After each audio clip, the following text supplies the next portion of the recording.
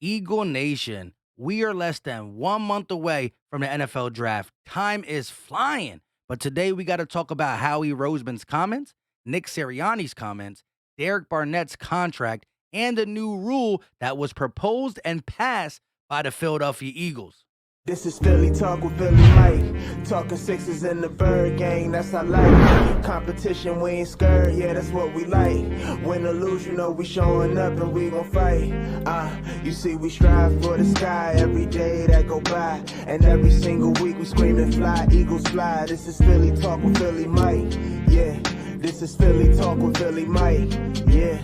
What is going on, everybody? I go by Philly Mike, and this is the Philly Talk Podcast. And today, we got a lot to talk about. But before we do that, Eagle Nation, help your boy out and hit that like button, subscribe if you are new, and ding that notification bell so you know when these videos drop. Shout out to Manscaped for sponsoring this video. Use promo code Philly Mike, all capitals, for 20% off and free shipping. They got a lot of stuff there. Go to manscaped.com and check out what they got. My favorite, the Lawnmower 4.0. If you get it, remember, Philly Mike, all capitals. Let me know what you think. You won't regret it. Now, let's start this off by the new rule that has been passed. Only two teams wanted it, or two teams proposed it. The Eagles and the Colts. The rest of the teams voted, and it passed. You are now guaranteed a possession in overtime, postseason only. So the regular season, it's the old rule.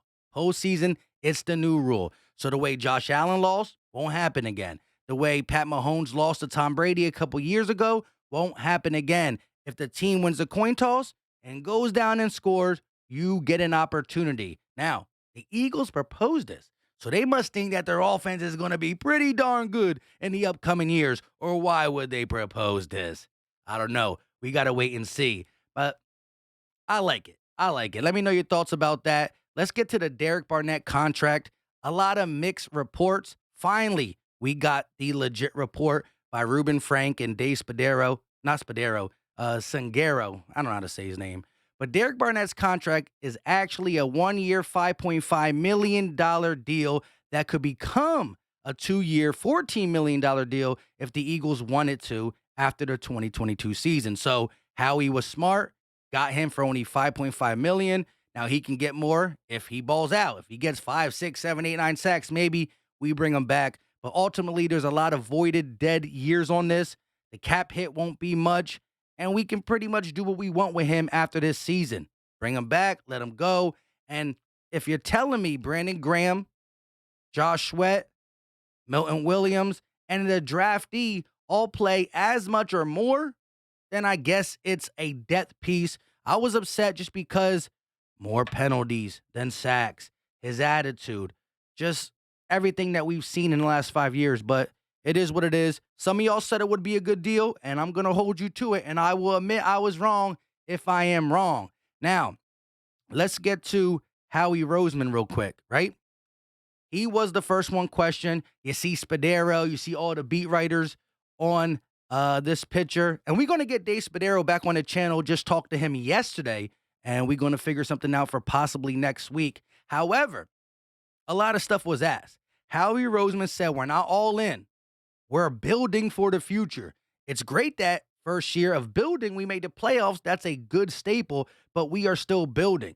He talked about Zaire Smith being a guy that we wanted since day one. We didn't think we could get him, and we got him. Shout out to Zaire Smith for picking the Eagles. He's 26 years old. He sees what we're building over here. He also reinsured, once again, not once, not twice, but this is the third time he said we never wavered from Jalen Hurts. He's the guy. We're trying to put things in place, but we're not necessarily all focused on free agency because we do have these 3 draft picks. Now, is Howie saying he's going to use all 3? Is Howie saying he's going to move up and get a stud? Is Howie going to draft one of these wide receivers that is talented enough to maybe play at a high level early in its career, right? The Justin Jeffersons, Devontae Smith, Jamar Chase. You see if you get one of them ones, they're able to play like a veteran early in the season. It is what it is. Jalen Hurts has to progress as a passer. We know this. If a quarterback's taken, well, then he lied. It is what it is. Some of it got to be smokescreen. Some of it got to be real. How he plays close to the vest. Did anybody think we were signing Zaire Smith? Did anybody think we were going to sign Derek Barnett? Did anybody really know Hassan Reddick, right? Because we were more rumored to, or they try to lead us to believe Chandler Jones. Beat writers and other Eagle sources said Chandler Jones is who they're looking at. Boom, Hassan Reddick. So he's been playing things close to the vest. I ain't mad at it. Now, when I look at what Nick Sirianni said today, I loved it. I loved everything, right? He talked about him getting better, the coaching staff growing, Zach Pascal, his role he sees, right? He went from a 4-5 to a 3-4 to a 2-1. Not necessarily, some due to injury, but he envisions this guy being, the veteran presence and a guy who is going to be better. He thinks there's more to Zach Pascal than what we've seen even in the 600-yard seasons. Now, one thing he said about Derek Barnett, I just can't agree with. He kept saying high IQ. High IQ don't create 8 penalties. You don't lead the league in with 8 penalties as a player with high IQ.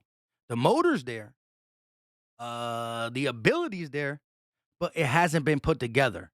Whether it's injury, whether it's flags, whether it's attitude, I don't know. You can't go around saying you want players like Derek Barnett. He's the 14th overall pick who never really lived up to what he was supposed to be. So don't say, I understand you got to be nice. You can say Derek Barnett had rough patches, but we believe in him turning it around. Not that you want players like him. You got players like him.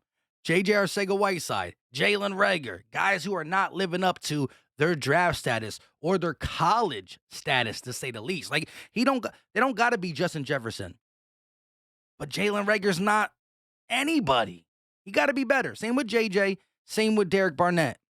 Now, one thing that Nick Sirianni did say that I really liked is the fact that this team he believes this team can win running the ball, right? And again, I want us to get W's, right? However we can get W's. We got the offensive line that you can run behind, but he's saying we are still going to run the ball. Is that going to affect how we draft? I don't think so, because I think we have the tools to run the ball already. But if the run is implemented week 1 and it's as dominant as it's been over last year, well, then the passing will get easier, right? We were running and not being able to pass at times. Then we were running, and when passes were available, we just weren't even doing it, right? I think Nick Sirianni was too extreme. Way too little runs, way too many runs. You got to be in between, and you got to get Jalen Hurts going, right? He spoke about Jalen Hurts working with a quarterback coach, really doing the things he needs to take that step. That is how we know. That is what the Eagle season is going to be, right? We have the chance for it to be pretty good or pretty bad. We don't have a last place schedule. We have a second place schedule. Even though I don't think the schedule looks that hard overall, Jalen Hurts' development is really going to say Eagles are getting better or Eagles are staying stagnant. I don't see us getting worse in a sense of we are going to have players coming back, knowing the system, playing better. What Jonathan Gannon was doing earlier won't be what he's doing now. Fletch might be better. BG's better. And what Howie Roseman said, and I'm going back to Howie Roseman, but Nick Sirianni talked about it too. We could have 3 draft picks on this team that we don't want to necessarily have a older guy in his way. So that was part of the reason why Nick felt good about what we did already only in free agency and Howie.